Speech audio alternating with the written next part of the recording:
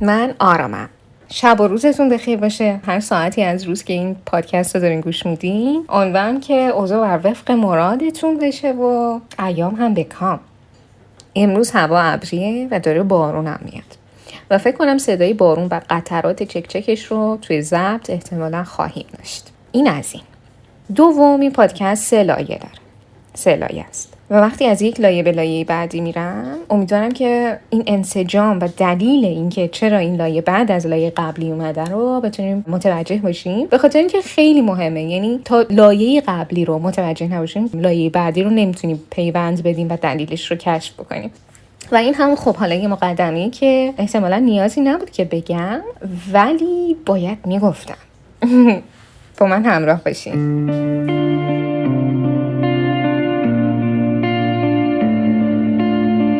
Never thought one day to see you again.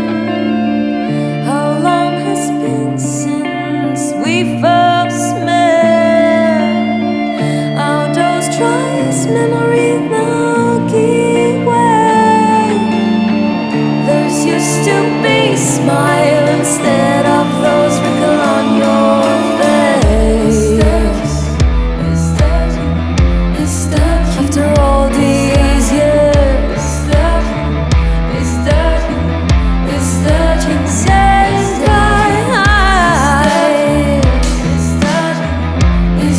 wait a moment here.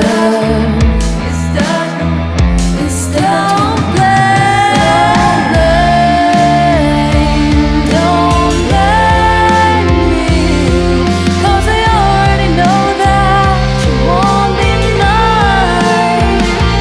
Don't blame me, 'cause I never ever thought that you won't be fine.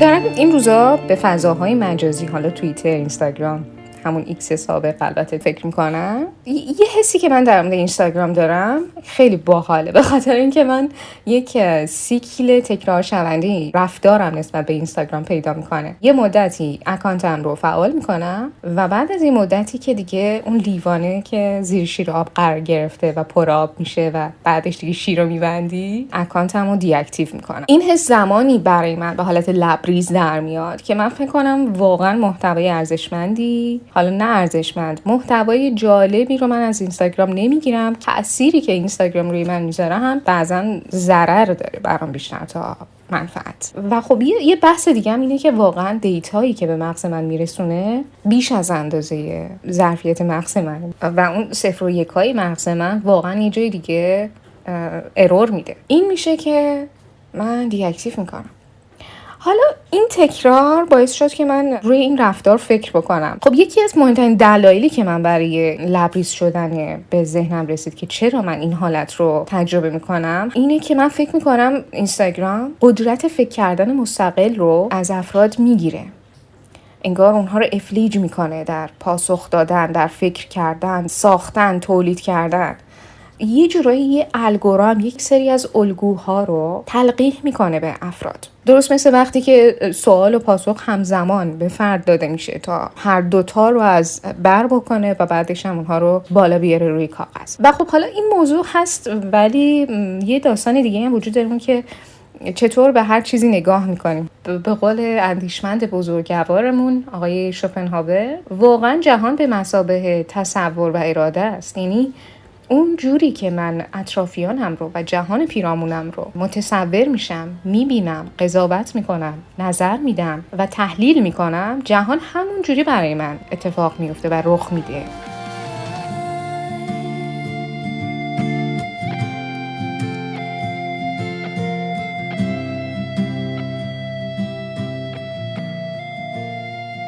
خب من نشستم غور کردم توی این الگوهای تکرار شونده تا ببینم چه رفتار یکسانی توی هر بار تکرار دارم انجام میدم. فکر کردم به این موضوع میتونم از 4 زاویه نگاه کنم.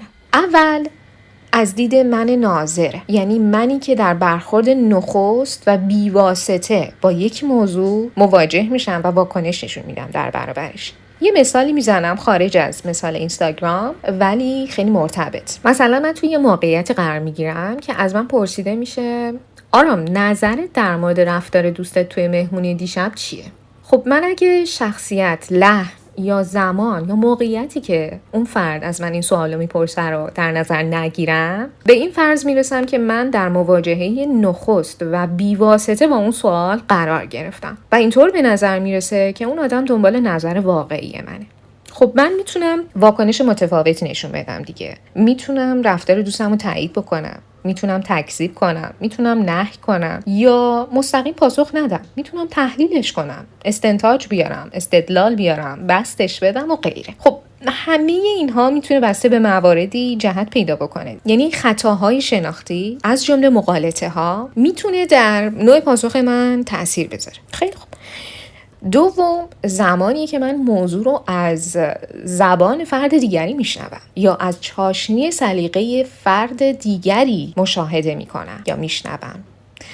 مثلا یک فردی میاد برای من رفتار دوستم رو توی مهمونی دیشب توضیح میده.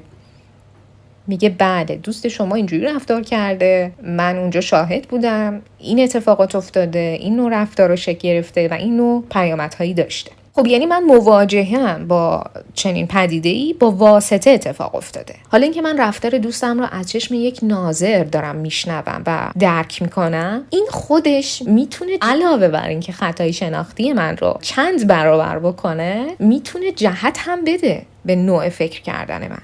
سوم، اینی که موضوع رفتار دوستم رو از سمت فرد دیگری میشنوم که توی مهمونی حضور نداشته. خب فکر کنم طبق 2 مثال قبلی بتونیم پیامدهاش رو تحلیل بکنیم.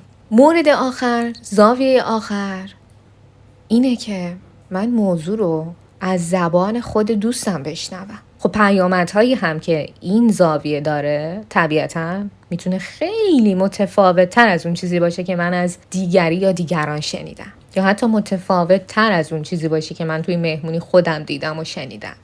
خب اگر توی هر کدوم از این 4 زاویه یه فرض مشترک در نظر بگیریم، این گزاره که نظر دیگران میتونه روی احساس و نظر من نسبت به افراد دیگه تأثیر بذاره یا میتونه روی نوع رأی‌گیری من نسبت به یک موضوع مؤثر باشه. پس با این حساب احساس واقعی من نسبت به یک موضوع یا یک شخصیت یا یک موقعیت همراه با شنیده شدن نظر دیگران کشته میشه.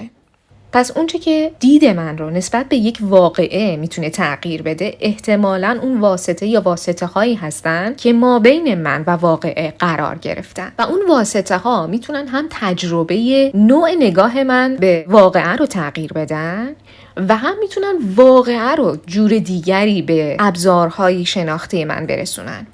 من اسم اینو میتونم تلقیح یا القا کردن بذارم و در نهایت استدلال و نتیجه گیری های اتفاق میفته که هیچ کدومشون منظور حقیقی اون واقعه رو نشون نمیدن. به نظرم اما یکی از مهمترین واسطه هایی که میتونه روی نظر من در مورد یک فرد، یک خبر، یک اتفاق، پدیده و غیره تأثیر بذاره اینه که من چقدر به اون موضوع شباهت دارم.